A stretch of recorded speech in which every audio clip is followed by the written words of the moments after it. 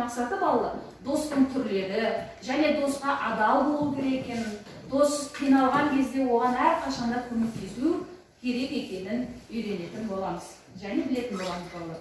Ал енді сабақты бастамас бұрын балалар өзін-өзі тану пәнінің 5 ережесімен таныс болайық. Олар: бірінші ережесі тәртіп, екінші ережесі тазалық, үшінші ережесі талап, төртінші ережесі тыныштық, бесіншісі ақылдылық деп болады. Ал олай болса балалар, өткен сабақты сұрақтар жаңғыры әдісі арқылы пысықтайық. Біз өткен сабақта шіріген картоп әңгімесін өткен болатынбыз. Шіріген картоп әңгімесіндегі кейіпкерлерді маған нұрлан атай қойшы. Баласы, атасы. Баласы және әкесі. Бұл әңгіме неліктен шіріген картоп аталды? Неліктен шіріген картоп аталды бұл әңгіме? Тоқтасын айта қой. Өйткені үш балалары күніге ұрса берді. Содан кейін әкесі оларға бүйтіп айтты. Күнмен ұрсасыңдар, әр картопқа жазылады деді. Содан кейін оны тоқтамай көтеріп жүрмеді. Оны көтеріп жүргеннен соң ол жеріне қалып шығып кетті. Картоп дорбадағы картоп не істеп кетті? Шіріп кетті. Ол картопқа кімдер нелер жазылған еді? Кім айтады? Балалар не жазды ол картопқа? Мадина? Адамның аттары. Қандай адамның аттарын жазды? Иә, ұрысқан, біреуді өкпелеткен адамның аттарын жазды. Иә, балалар? Балалар әкесінің ақылын түсіне алды ма? Жоқ. Әкесінің ақылын түсіне алды ма? Түсінді ма? Ол қандай шешім қабылдады сосын? Әкесінің ақылы арқылы. Жақсы. Толықтырамыз. Кім толықтырады? Жақсы шешім. Жақсы шешімі не еді? Біреуді ренжітпеу, біреуді өкпелетпеу керек еді, иә балалар? Әкесінің ақылын балалар дұрыс түсінді. Жарайсыңдар балалар. Олай болса бүгін сендермен біз Ыбырай Алтынсариннің жаман жолдас әңгімесін өтетін боламыз. Олай болса оқулықтарыңды ашыңдар, жаман жолдас әңгімесін мұқият тыңдаймыз. Бірінші мен оқып берем, сендер мәтін мазмұны бойынша ой пікірлеріңді айтасыңдар. Екі дос кісі жолда келе жатып, бір аюға ұшырапты. Бұл екі кісінің біреуі әлсіз, ауру екен. Екіншісі мықты, жас жігіт. Аюды көрген соң бұл жігіт ауру жолдасын тастап, өзі бір үлкен ағаштың басына шығып кетті дейді. Ауру байғұс ағашқа шығуға дәрмені жоқ, жерге құлады да, өлген кісі болды да жатты. Естуі бар еді, аю өлген кісіге тимейді деп. Аю бұл жатқан кісінің қасына келіп, иіскелеп тұрды да, дыбысы білінбеген соң тастап, жөніне кетті. Мұнан соң манағы жолдасы ағашқа түсіп, аурудан сұрапты. Достым, аю құлағына не деп сыбырлап кетті? Әлсіз адам айтты. Аю құлағыма ақыл сыбырлады. Екінші рет тар жерде жолдасын тастап қашатын достармен жолдас болма деді. Ал, балалар, бұл әңгіме не жайлы екен?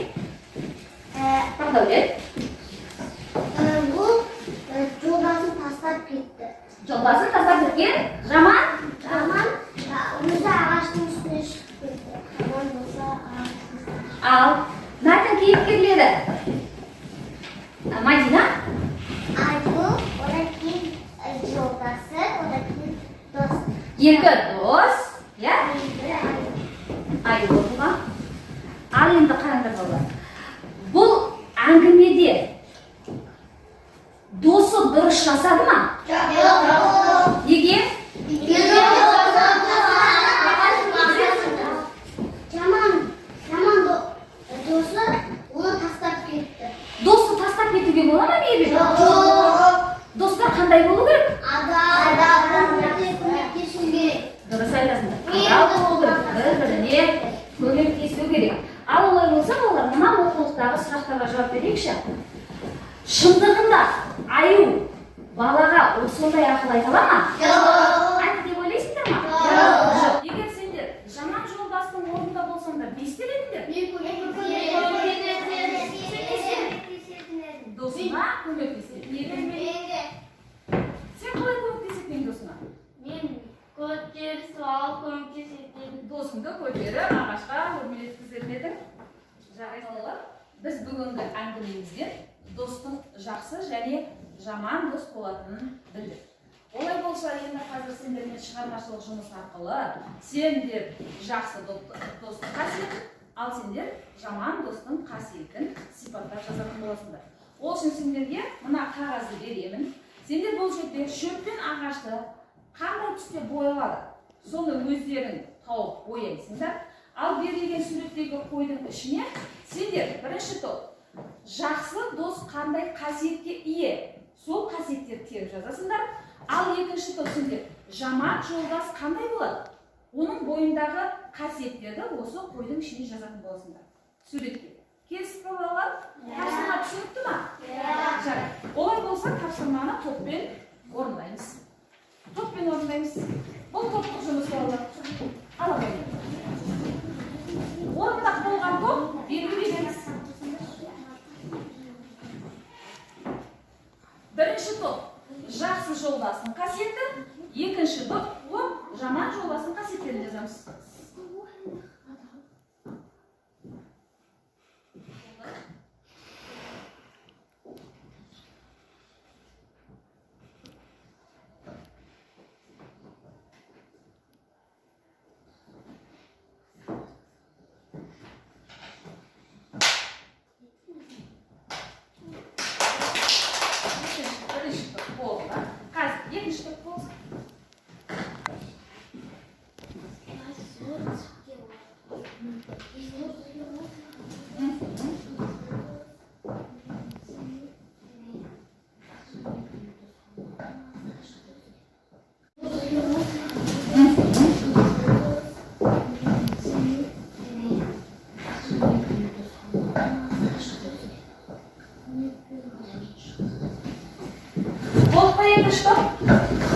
Бірінші топ дайын.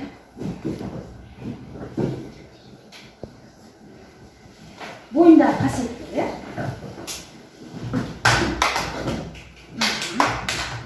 екінші топ дайын. Ал бірінші жақсы жолдастың қандай екенін білейікші балалар. Жақсы жолдастың бойында қандай қасиеттер болады? Тыңдаймыз. Мейірімді дос, адал дос, шыншыл дос. Және қиналған кезде көмектесетін дос. Достар болады, жарайсыздар. Бұл қайсың жолдас екен? Жақсы. Жақсы жолдас, жарайсыздар балалар.